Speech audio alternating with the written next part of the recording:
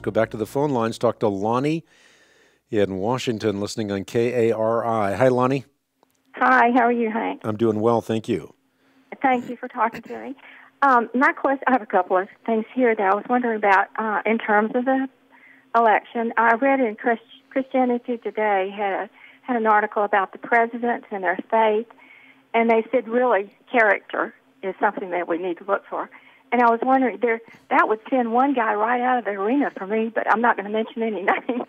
But I'm just wondering, where would you put character on the list of priorities? There's so many things like bottom line issues like sanctity of life, and I know other issues are important. Qualifications are important, but where would you put character? Well, character is very significant. I mean, how one lives, their priorities, their worldview does affect what they do. So what you think, what you believe has a direct bearing on how you act and the decisions that you make. So character is a very important issue.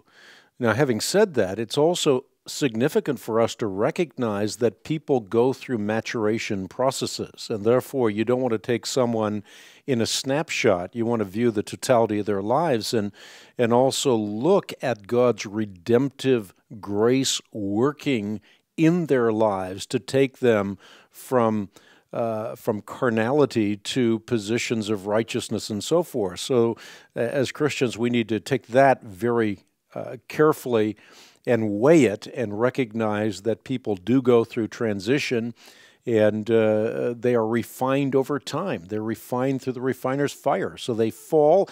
The real issue is, what do you do when you fall? I mean, we look at David as a classic case in point. He was the quintessential king of Israel.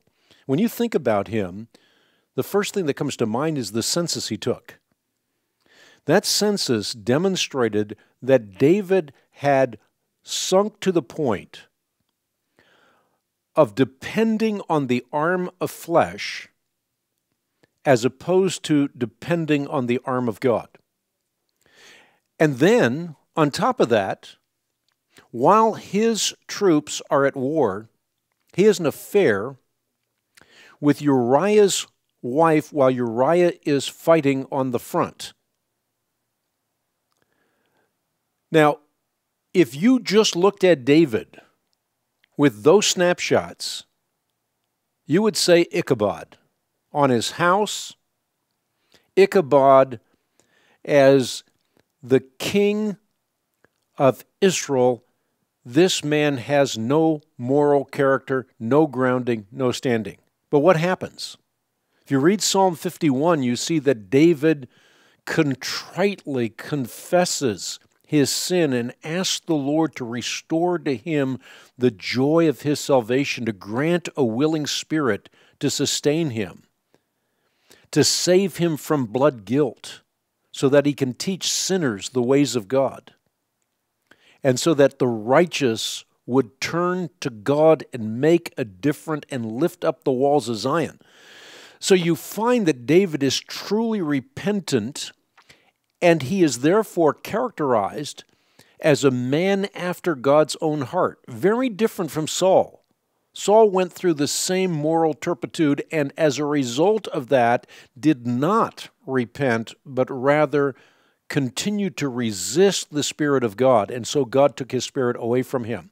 So I think when we look at candidates, it's important to recognize that there can be those moments of contrition where character is changed and where a man now is qualified, as David was, to continue to be Israel's quintessential king.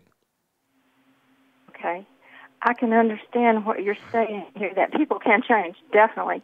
But I also know that God's the only one who can look into the heart. So I've been looking in Luke 16:10 that tells us who can be trusted in little can be trusted in much, and one who's dishonest in little can be dishonest in much. So are there any other scriptures that you might recommend? That as a vote, I'm not God, I'm a voter. I can't look into someone's heart and know what's changed and what hasn't changed. Well, that's very wisely said on your part. I couldn't agree with you more. We look at the outward appearance, God looks at the heart.